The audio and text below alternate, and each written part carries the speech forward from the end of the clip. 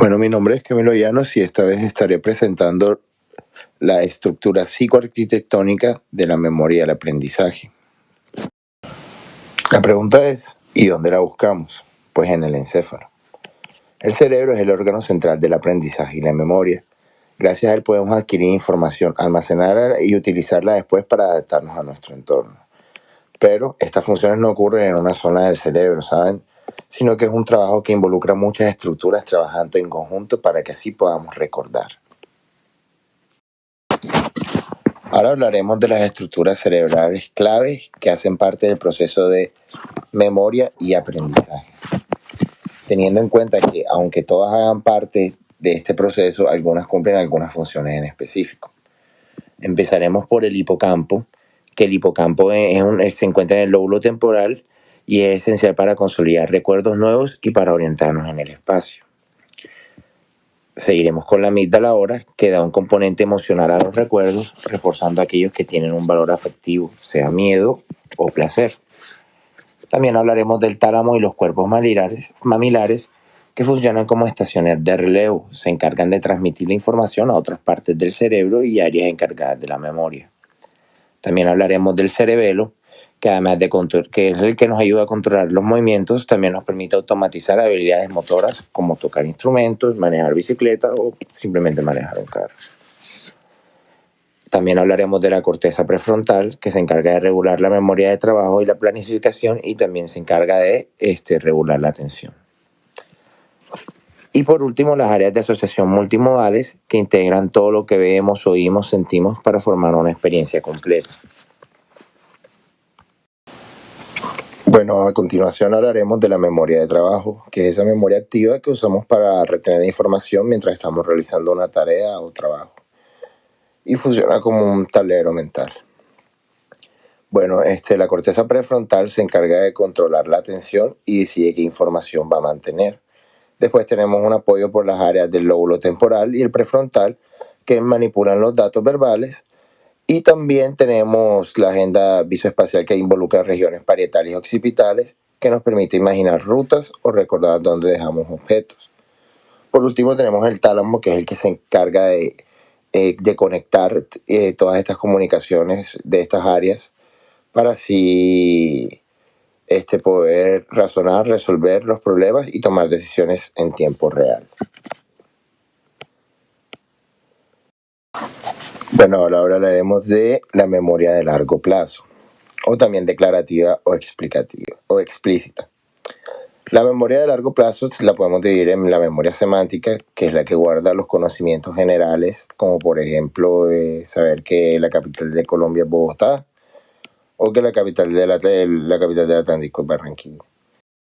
Y también tenemos la memoria episódica, que se encarga de almacenar experiencias autobiográficas y depende fundamentalmente pues del hipocampo y la circunvolución dentada.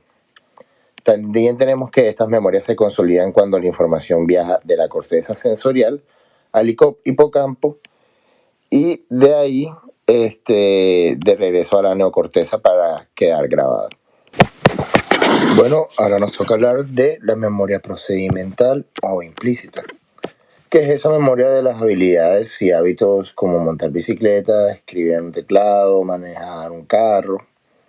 Y bueno, esta memoria involucra los ganglios basales, que forman unas rutinas motoras, el cerebro, que perfecciona la coordinación y la precisión de estos mismos movimientos, y el hipocampo solamente participa en las fases de aprendizaje.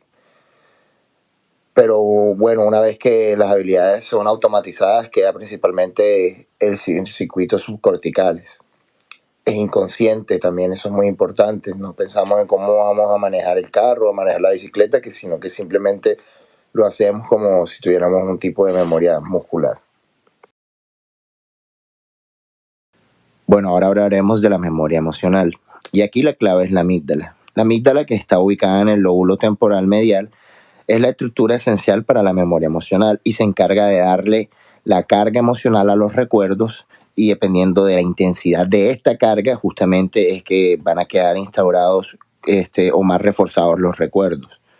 Por lo menos cuando vivimos una experiencia intensa como un accidente, una sorpresa o un evento que nos genera miedo, la amígdala se activa fuertemente y estas actividades son enviadas al hipocampo y a la corteza prefrontal, lo que hace que el recuerdo se grabe con más fuerza y sea más fácil recuperar después.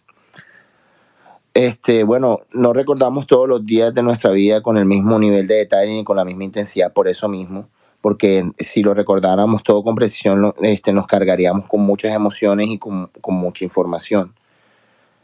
Y además de todo esto, la amígdala se conecta con el sistema nervioso autónomo, regulando las respuestas fisiológicas que tenemos nosotros hacia las cosas que nos pasan, ya sea la frecuencia cardíaca o la liberación de adrenalina.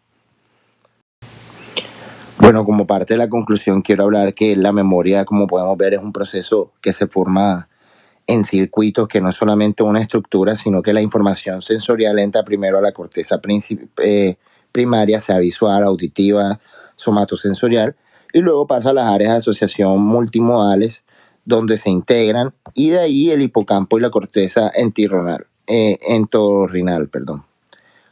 Posteriormente, la información regresa a la neocorteza para consolidarse, y este recorrido explica por qué lesiones en el hipocampo o en la corteza entorrinal, como lo es el Alzheimer, generan una gran dificultad para formar nuevos recuerdos. El aprendizaje y la memoria son el resultado del trabajo conjunto de varias estructuras cerebrales. El hipocampo consolida los recuerdos, la amígdala aporta la emoción, el cerebelo y los ganglios basales automatizan las habilidades y la corteza prefrontal coordina la memoria de trabajo. Por último, acabo de agregar que todos estos procesos dependen de la plasticidad sináptica, que significa que el cerebro modifica y fortalece sus conexiones neuronales, y gracias a esta misma plasticidad el cerebro no solamente almacena recuerdos, sino que aprende y los transforma constantemente. Muchas gracias. A continuación dejaré las referencias.